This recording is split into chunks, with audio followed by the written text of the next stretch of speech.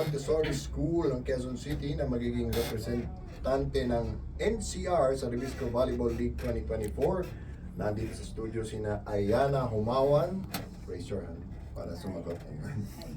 Nicole Macalinaw, saan si Nicole? Ayun, si Nicole. M. Mesa, yan, si M.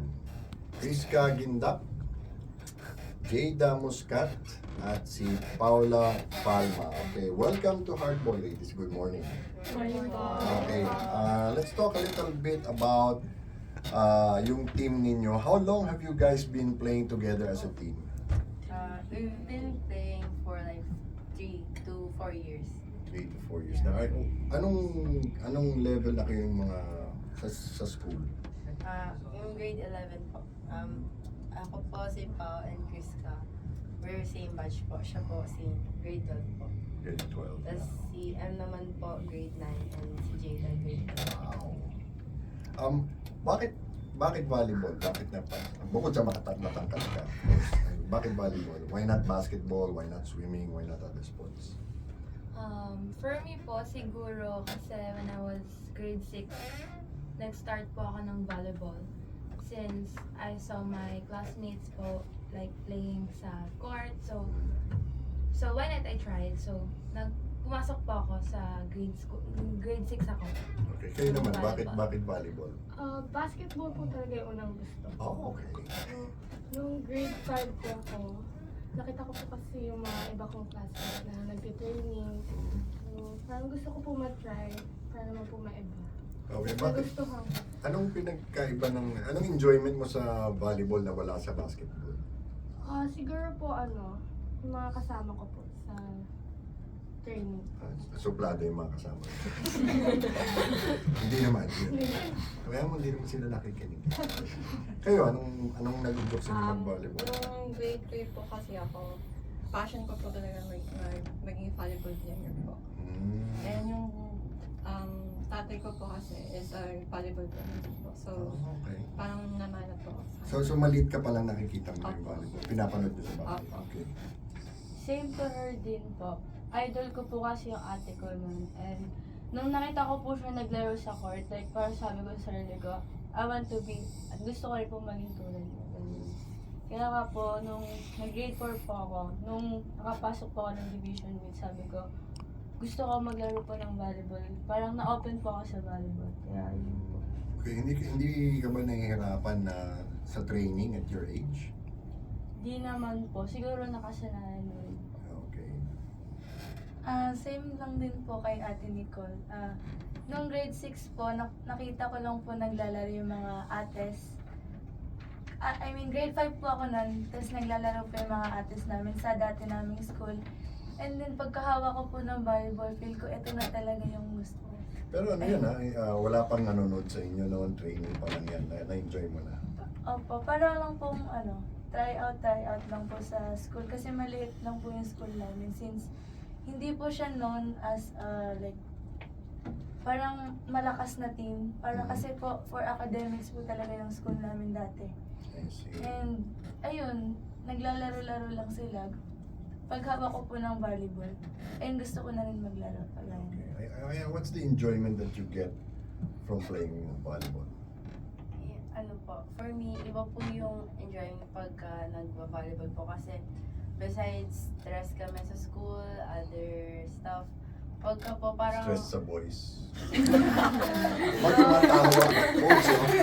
Coach, tumatawa, oh. Hindi po. Tayo lang naman. Ano siya, parang pagka once na namin, parang ito yung, for me po, comfort zone ko po yung volleyball. Parang doon ko po na-express kung sino talaga ako. Tsaka parang wala po talaga ng stress kahit na nakaka-stress din po sa training. At least may natutot ko na po. Parang may pinariringgan. Nasa video, nasa video, coach. How do you deal with studies tsaka yung paglalaro? Kasi siyempre mahirap yung pagod kayo palagi, nag-aaral kayo. O nag-aaral ba talaga kayo?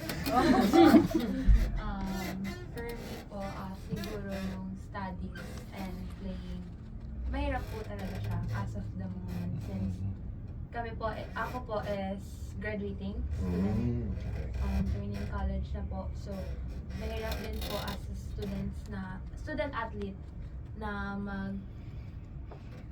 balance po. So, sa umaga, training, after that, papasok sa school, and then training ulit sa hapon. Oh, wow. So, yun po yung mga, namin, yung routine po namin. May every requirement day. ba yung mga parents nyo na grades or basta pumasa lang kayo, okay na? Basta po. Oo, athlete naman eh, di ba? And makapasok din po sa college. Where do you plan to go to college? Really po, yeah, it's Lasal. Umuwi ka na? Just kidding. Just no, LaSalle is a very good school. I Yes. studied in both LaSalle and Ateneo, so hindi masasabing bias sa kunwari.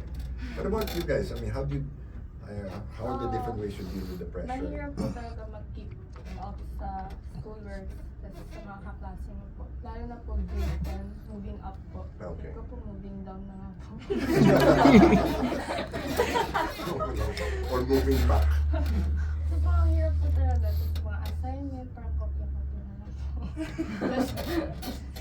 Pero naman po, ako naman po, nasanay na lang din po. Since grade 7 po, ginagawa ko. Okay, yung pangungopia. Kayo, how do you deal with it? Same lang din naman po sa kanila. Sobrang hirap din po yung pag-balance po ng studies and volleyball po. Okay. Same lang din po sa akin. Sobrang hirap po mag-balance. Sana na po after game, uwi po ng 11, ganun. Oh. Tapos gagawa pa po ng schoolworks. Nakakapagod din po, ganun. Tapos kinabukasan may training po ng madaling araw. Anong oras ang training niyo sa Maca? 4:30 po. 4:30? Yes po. Bakit? Kasi po, after po ng Hindi training, ba child abuse yan? may Ah. school pa po ng 8. Eh, okay. Tapos ano, baliches pa. Opo. Kawaan kayo talaga. What about the pressure of playing in front of crowds? Kasi siyempre, ngayon patok na patok ang volleyball eh. How big is that now in your school, yung pagiging champion nyo na volleyball team? Yung, O walang pumapansin sa inyo? hindi po, Meron naman. yung pressure po ba sa crowd? Siguro po sanay na po kami sa ganun. Kasi parang maging bingi ka po dapat sa mga crowd. Kakala ko sa mga teachers. Maging bingi ka po sa mga crowd. Kasi hindi naman po sila yung hindi naman po para sa kanila laro, para po sa amin, tsaka para po sa nire-represent namin na school. Kaya, ayun, konting pressure sa crowd, pero wala na po sa amin yun para sa amin. And kailangan lang po namin ng malalim na po sa coach po namin. Sabi po ni coach namin lagi, kahit kinakabahan ka po, kailangan po gawin mo yung dapat gawin. And dapat may connection po kayo between the coach and sa amin mag-teammates. Kaya kahit na may malaki yung crowd and grabe yung ingay and nakaka-pressure din po kasi yun. Pero hindi naman yun makaka-apekto sa amin habang naglalaro. Kung ayun nga po, nakafocus and malalim yung pagsunod sa coach. Do you guys still hang out with each other after o sawa-sawa na kayo sa Yes. Hindi pa kayo nagsasawa sa isa't isa? Papalit na po kami ni Medyo sawang na. Yeah, but isn't that unusual, lalo na, you're younger than everybody else, for example. Isn't that unusual sa mga school na kahit hindi kayo magkakabatch, you hang out together? Yes. Okay. But you don't care. No, but how does it help having like a volleyball family in your school? For me po, para sa family ko po, siguro, playing volleyball po siguro yung makakatulong sa akin and sa family ko. Since pinasok po nila ako sa volleyball, sa tingin ko po, help ko na rin po yun sa kanila and giving back for them sa mga nabigay po nila sa akin and na-provide po nila sa mga pangangailangan ko.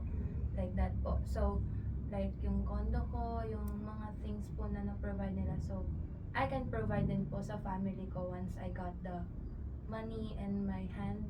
Mhm. So, yun po. Okay. Are you guys all scholars? Yes po. Maraming pinamigay ng scholarship pala yung school.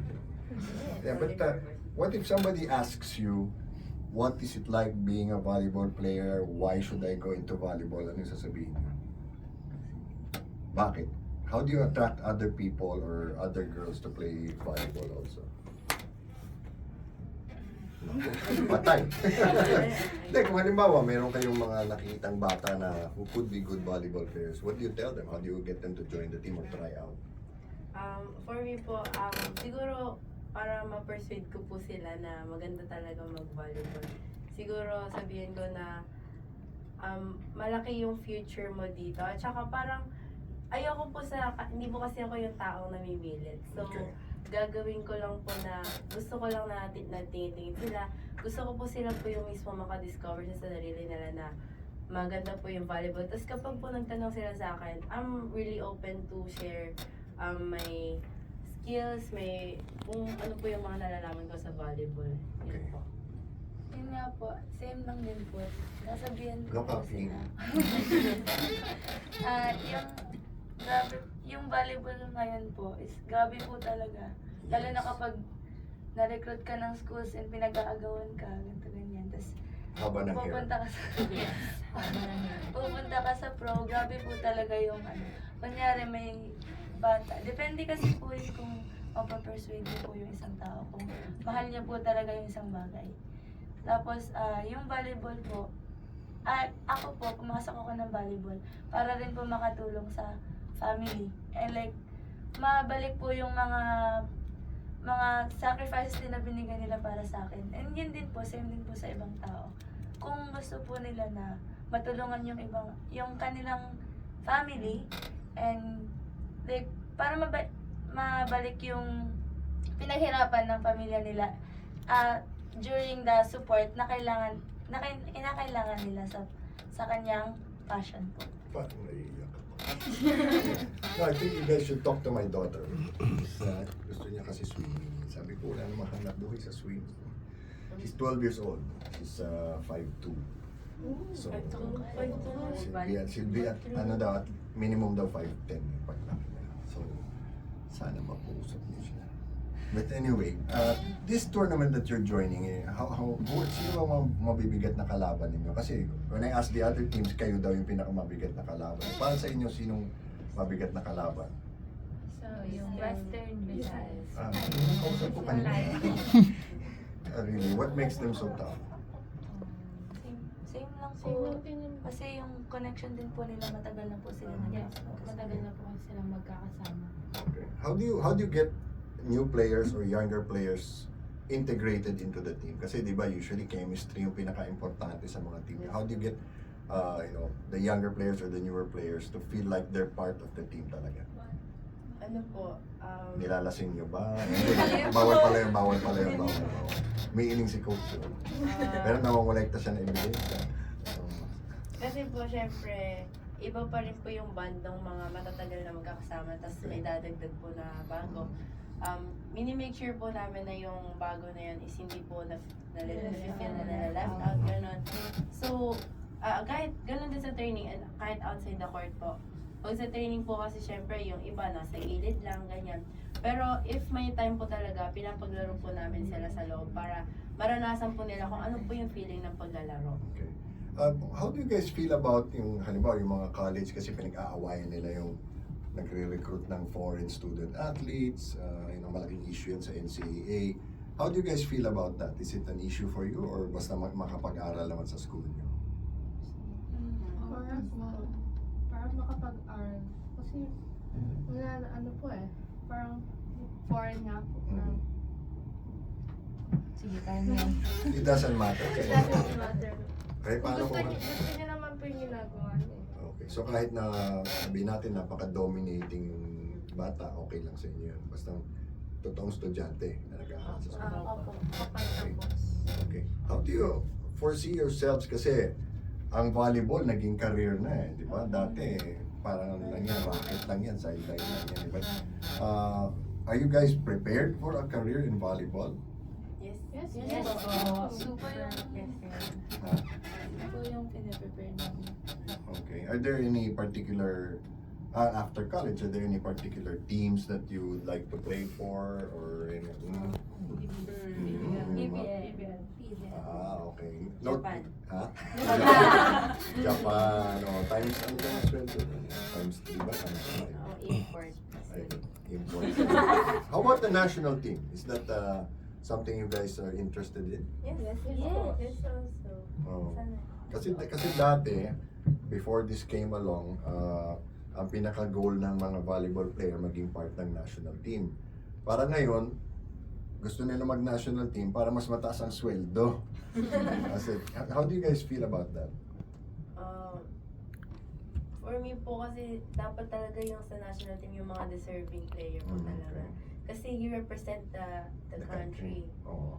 Kaya minsan it's very issue talaga po pag when it comes na kasi niline up si ganito dahil may pangalan. Parang sayang naman sa mga nagpupursige po talaga. Kaya sabihin ko lang po na sana mas ayusin nila yung pag-pick ng players para po Yeah, makakarating. Parang Kasi- sure. It's Nakilala ko for yun. the country naman po talaga eh. Tsaka, Sige, tawagin na ba natin?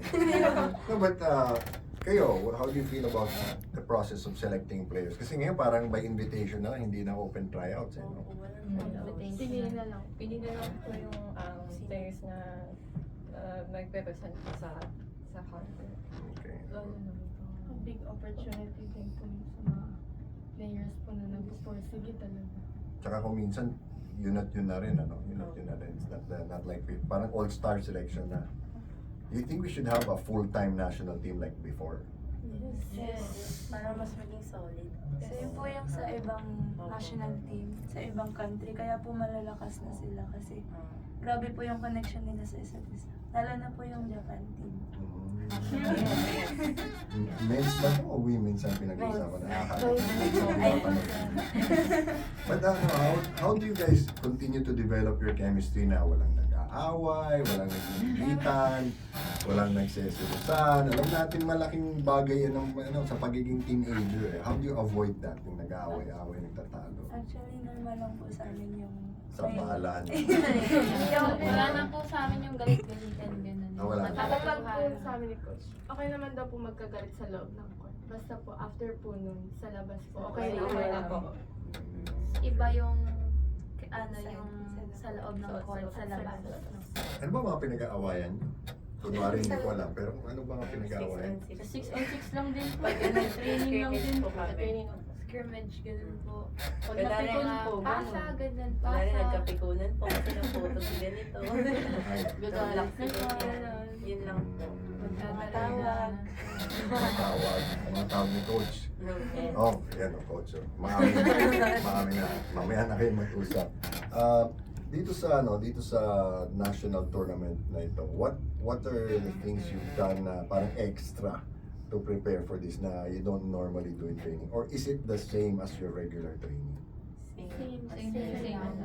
Pero mas dinadagdagan and instance po kami. So mga 2:30 na umaga. Kailangan talaga. Same yung Sunday, umaga hapon po. Training na weekends po. Number ba tayo ng DSWD? Yeah, but how does it feel that you have a winning system, you have a coach who's that dedicated na magturo? Kasi maraming coach ngayon ayaw nila magturo eh. Gusto nila pagdating ng player sa kanila marunong. So how does it feel na you have a coach who bothers to teach you and to train you na paulit-ulit every day and just so you can get better? Sobrang thankful po kami na may totoong coach and nagtuturo po talaga sa amin ng coach kasi parang siya po talaga yung naghubog sa inyo. Sobrang zero po kaming dumating lahat sa Kings. Pero Yes. as in, zero skills, wala talaga pong alam. Pero doon po namin na-realize how dedicated our Coach Onyok po and Coach Glenn, other coach po na turuan po kami para mas gumaling po and ma-face din namin yung reality na kailangan talaga namin harapin lahat ng masasakit na words, ganyan. Kasi doon sa college, parang hindi na kami ganun kasi nasanay na po kami sa kanya. Kaya sobrang thankful po kami kay Coach kasi hindi lang po siya basta nagre-recruit. Kahit maliit ka pa or kahit ano ka, basta Kaparinig. kahit ganun ka lang. Basta pumunta ka lang sa Kings, tuturuan ka po ni Coach para gumaling ka po. Nakaka-motivate po na makita po yung dedication talaga ni Coach. Naturuan kami, yung mga coaching staff po. At thankful po kami na grabe po yung grabe po talaga yung pagod na binibigay niya sa amin.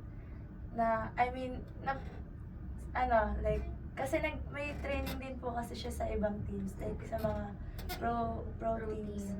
Pero, tinatry niya po yung best niya na makapunta po sa amin para turuan kami. Kaya ayun po, mas nakaka-motivate po na mas ibalik po sa kanya yung mga pinagpaguran niya rin sa amin. Kaya, ayun. Looking ahead to college, what do you think, ano ba ang kailangan idagdag sa laro niyo para maging successful kayo sa college?